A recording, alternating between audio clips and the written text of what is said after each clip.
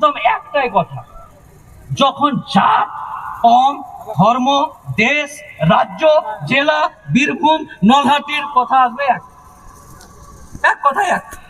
না না না, কোন মুফতি সাহেব ডেকেছে, ওটা তো সিপিএম, এটা মনে হয় একটা সিপিএম ঘেঁষালো, এটা মনে হয় তৃণমূল ঘেঁষালো, এটা মনে হয় কংগ্রেস। অত ঘেঁষা ঘেঁষি দেখে আজ অব্দি আপনার বাপও কিছু করতে পারেনি। তাই ঘেঁষা ঘেঁষি বাদ, ডেকেছে যেতে হবে। কিসের কথা ওখানে, কে ডেকেছে না, কিসের কথা, আল্লাহর কথা, চলো। কিসের কথা, মাজারের কথা, চলো। কিসের কথা, কবরস্থান, চলো। মসজিদ, চলো। এক। আবার এসে নিজের নিজের মতন করে রাজনীতি করেন, নিজের নিজের মতন করে মৌলভী সাহেবদেরকে ডেকে নামাজ রোজা যা আছে পালন করেন।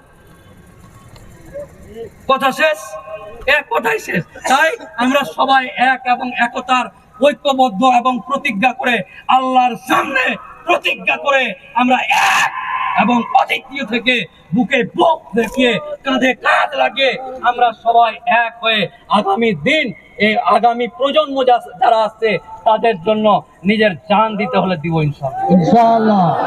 আপনারা সকলেই ভালো থাকুন, আল্লাহ যেন আপনাদের উপর রহম বর্ষণ করুক। আমি এখান থেকে আমার বক্তব্য শেষ করছি। আসসালামু আলাইকুম ওয়া রাহমাতুল্লাহি ওয়া বারাকাতুহু।